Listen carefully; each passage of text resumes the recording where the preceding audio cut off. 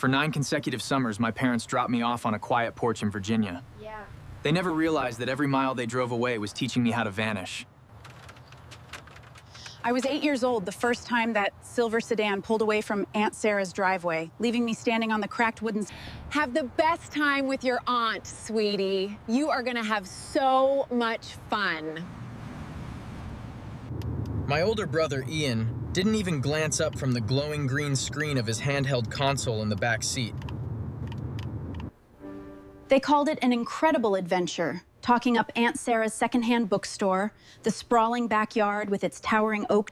I stood there in my sneakers, watching the taillights blink red at the corner of the street before disappearing completely behind the hedgerows.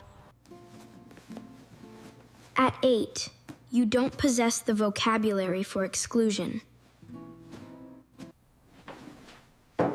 You assume the adult world operates on complicated, invisible rules, that summer camps have age... Aunt Sarah opened the screen door, wiped her flour-dusted hands on a denim apron, and looked down at me with soft, She didn't offer patronizing pity. Instead, she let me pour bowls of sugary cereal for dinner. You see how that creates an opportunity there? Now, what move could you make to maximize it? Ah, wait. Like this? I had a genuinely peaceful summer, entirely unaware that while I was reading paperbacks on a porch swing in Roanoke, my parents and Ian... The following June, the routine repeated itself with chilling casualness. Look at that. Cool. I know. Look. Wow. Guess what, buddy? You get to spend the entire summer at Aunt Sarah's again. It was presented as a gift, a special privilege granted to a compliant child, while the rest of the household prepared for the Outer Banks. I only pieced that second destination together 5 months later at a crowded Thanksgiving dinner, when an older cousin casually mentioned My father, Mark, was a regional sales manager who measured life in quarterly revenue reports, lawn maintenance schedules, and the strict avoidance of domestic friction. My mother, Brenda, lived entirely for social optics, curating every holiday, school function, and... Then there was Ian, 2 years older than me, diagnosed with ADHD in elementary school, whose impulses Supporting a neurodivergent child requires patience and deliberate care. But my parents took a different path. I, on the other hand, was quiet, self-contained, and voraciously studious. Caleb is just so easy. He never needs a single thing, which makes everything so simple. And I mean that. It's truly wonderful. Because I didn't cause disruptions, my existence became convenient to overlook. Mom, can I please come on the family trip with you and Ian this year? Oh, honey. Oh, sweetie, you'd be so bored. Ian's schedule is much more his speed, and you'll have way more fun with Sarah. Aunt Sarah was never the problem. In fact, she was the stabilizing anchor of my early life. She ran a labyrinthine used bookstore in downtown Roanoke, filled with towering cedar stacks. She treated me like an intellectual equal, teaching me how to brown butter. Wow. And listening to my thoughts without a clock ticking. The full truth finally hit me with clinical precision on a humid Tuesday afternoon when I was 12. Aunt Sarah had asked me to look up an out-of-print title on her desktop computer in the back office of the bookstore. When I opened the browser, her social media profile was already active on an open tab, showing my mother's public page directly at the top of the feed. There, pinned under a bright banner, was an album titled Family Trip to Hilton Head, complete with 2 enthusiastic exclamation points. I clicked through 36 high-resolution photographs. I counted every single frame twice, checking the edges and the background crowds, looking for any trace of myself that might have lingered in their thoughts.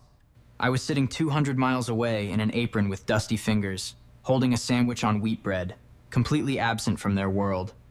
I closed the browser tab, wiped down the desk, and never uttered a single word about what I had seen to Sarah, to Ian, or to my parents. Summers 13, 14, 15, and 16 rolled past like identical clockwork gears. At 16, during my junior year of high school, I began turning that quiet realization into an operational exit strategy. I searched for four-year universities using two non-negotiable parameters: generous merit-based academic scholarships and maximum geographic distance from the state of Virginia. We really should look at the local college application deadlines sometime next week. Don't worry about it, Mom. I've already handled everything. Oh, Ian. Graduation arrived on a bright Saturday in late May. Over the preceding 2 weeks, I had quietly consolidated my entire life into a single heavy canvas suitcase. At dawn on the morning of the ceremony, I took a city bus to the regional Greyhound depot in Richmond.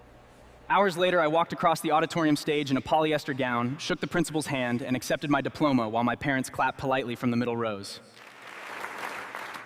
My mother snapped a picture on her phone, uploading it before we even reached the parking lot with a caption celebrating their wonderful graduate. We ate an early celebration dinner at a chain restaurant down the road. Here's a congratulations card containing a crisp $100 bill. I'm proud of your independence. I'm proud of you, buddy. You've always been able to handle things on your own. Thanks, Mark. Ian spent the entire meal scrolling through sports feeds on his phone, barely looking up between bites. Thank you, Dad. I really appreciate it. Sir. I told him I had been invited to an all-night graduation party across town. Let my father drop me off. I walked 3 blocks in the cool evening air, hailed a cab to the Greyhound station, and retrieved my luggage from the metal locker. Heading out early on an extended road trip with classmates, out of touch for a while. Have so much fun, sweetie. Love you. As the bus crossed the state line into the dark hills of West Virginia, I reached into my pocket, switched off the phone's power, and slipped the device into the bottom of my bag. During that first week, my parents didn't register anything out of the ordinary, assuming their low-maintenance son was simply crashing on a friend's basement sofa. By the second week, my father called twice, leaving mild conversational voicemails asking for a quick check-in call to spare minute. Hey, buddy, just checking in. Give us a call when you get a chance.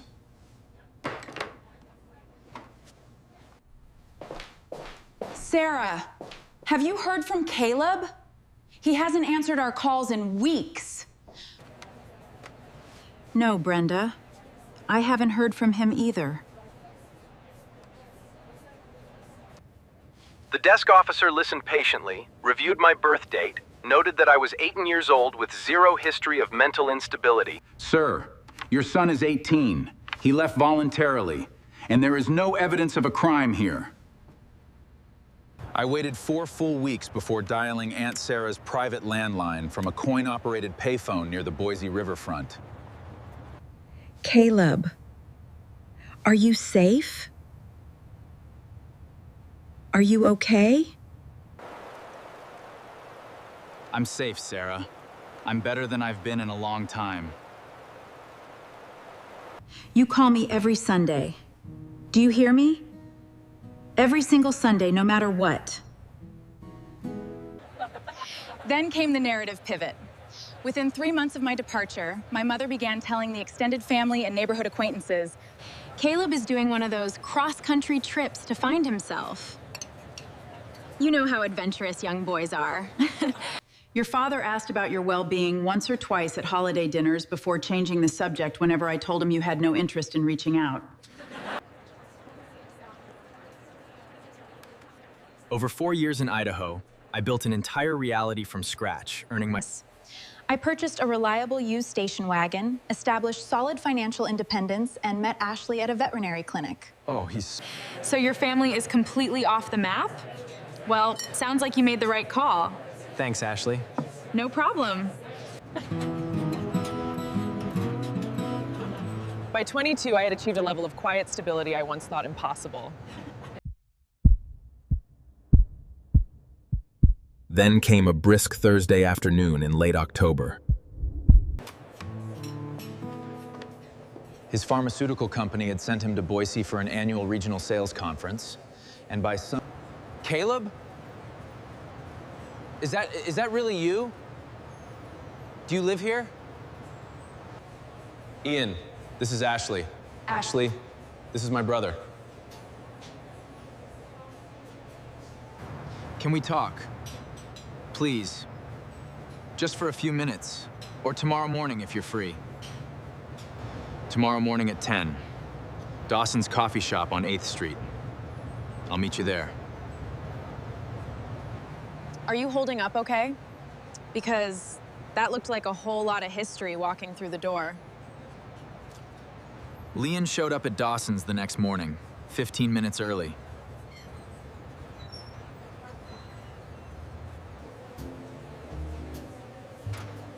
I walked in at exactly 10 o'clock and sat across from him. For the first 10 minutes, we traded empty pleasantries, corporate travel schedules, Boise's autumn climate, and hotel accommodations, each waiting for the other to drop the conversational shield. Caleb, why did you leave? Why did you vanish without saying anything to anyone? I looked at my older brother and realized in that moment that he genuinely did not understand the architecture of our childhood.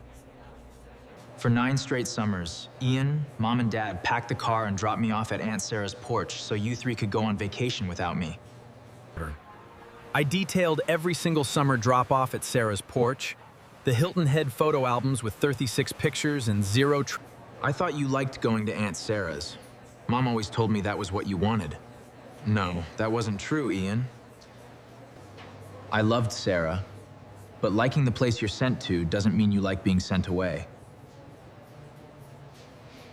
They told everyone you were traveling. Mom told Grandma you were doing a gap year overseas to find yourself. She created a story that protected her image and ran with it. That has always been her specialty. I didn't know, Caleb. I swear to God, I never once saw it that way. I'm so sorry. He wasn't lying. He was just the kid who was always in the car, and it had never once occurred to him to look behind him. I believed him. Can I at least tell Mom and Dad that you're okay? That you're alive and doing well? You can tell them I'm okay. But you do not give them my address, my phone number, or my city. 2 weeks after Ian returned to Virginia, Aunt Sarah called for our regular Sunday conversation, her tone uncharacteristically heavy and guarded. Your brother came to see me. He sat in the reading nook for 2 hours in pure fury, Caleb. Your mother is planning a massive Thanksgiving dinner at my house, inviting everyone, Grandma Helen, Uncle David, the cousins, to prove the family is whole. Then Sarah paused, her voice dropping to a register I had never heard before, preparing to deliver a secret she had protected for over a decade.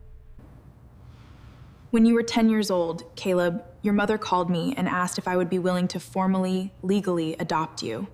She said it would be easier for everyone, that Ian needed structure and having 2 boys with different needs was simply too difficult.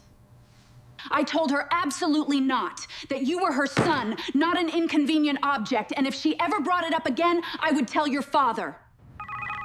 I'm coming to Roanoke for Thanksgiving, Sarah. Book me a seat at that table.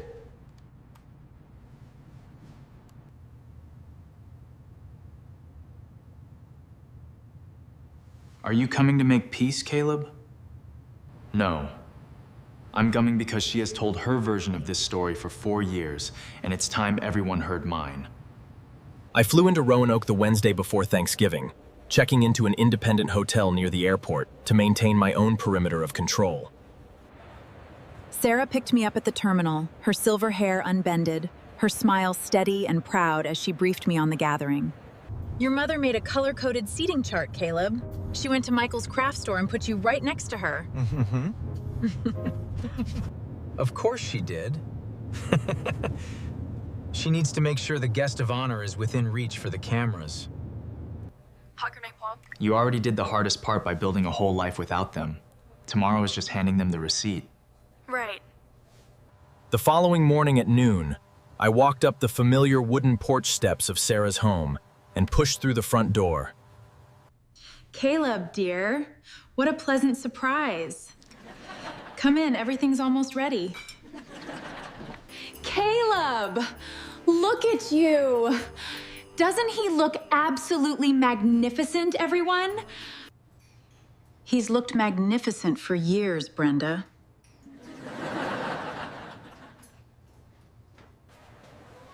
In the living room, my father rose from his armchair with a heavy, hesitant handshake, his eyes shifting nervously toward the... Good to see you, buddy. Glad you could make the trip down.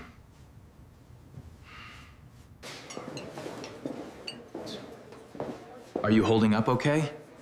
Because she's been rehearsing her speech all morning. Finally back from your travels overseas, I see. You look healthy, Caleb.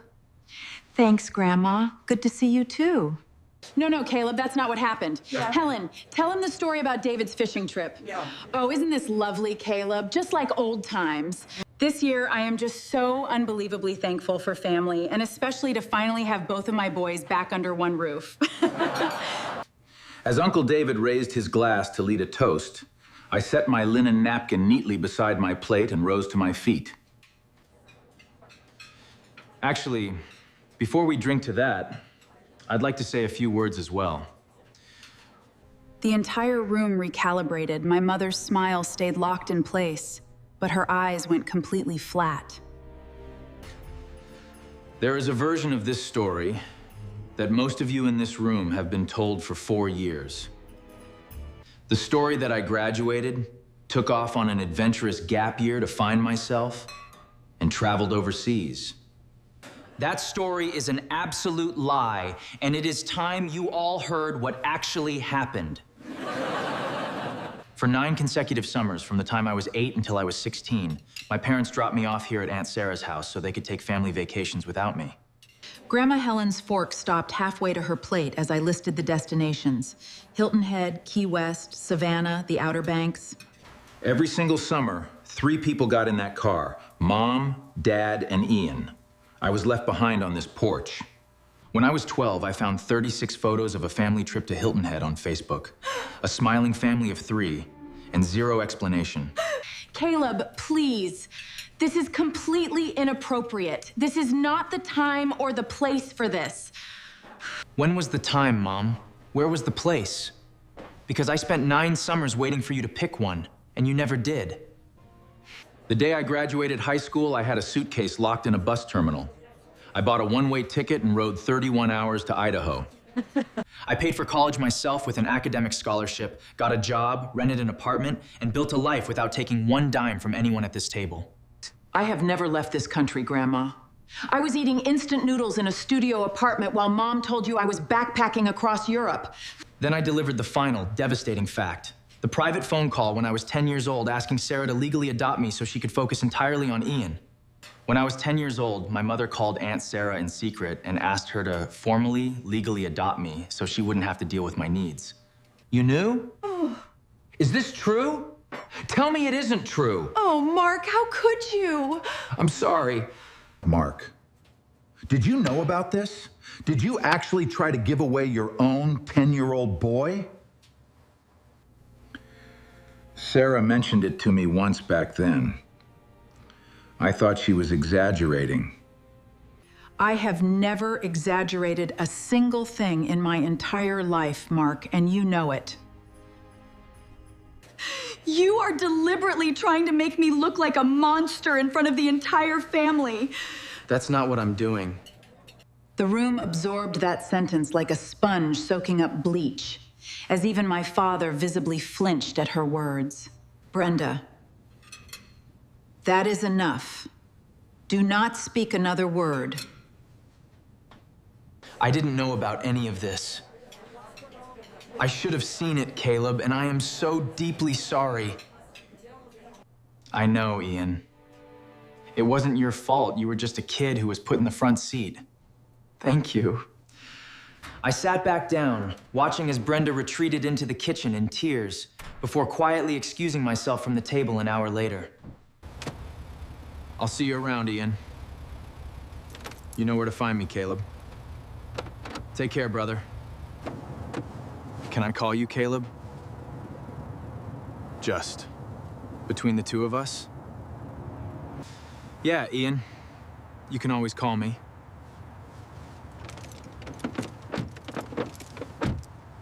I survived. It was exactly as you predicted, but thank you for checking on me. How did it go? Did you survive the big family reunion? I just dismantled 20 years of family fiction over turkey dinner. And the food was actually pretty good. Brenda has not spoken to me directly, focusing instead on rewriting the narrative to her social circles, while my father sent a brief handwritten note. I knew it wasn't right back then. I should have spoken up. I don't have an excuse, and I am truly sorry.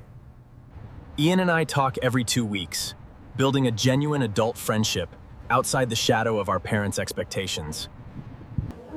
Oh, hey, Helen. No, it wasn't a bother at all. Mittens and I were just enjoying the afternoon sun. And that's back in Boise. My life with Ashley is grounded, peaceful, and entirely mine. Our life. You cannot choose where you start, but you always decide where you stand. The people who discard you do not get to dictate your worth, and the life you build on your own terms is the ultimate.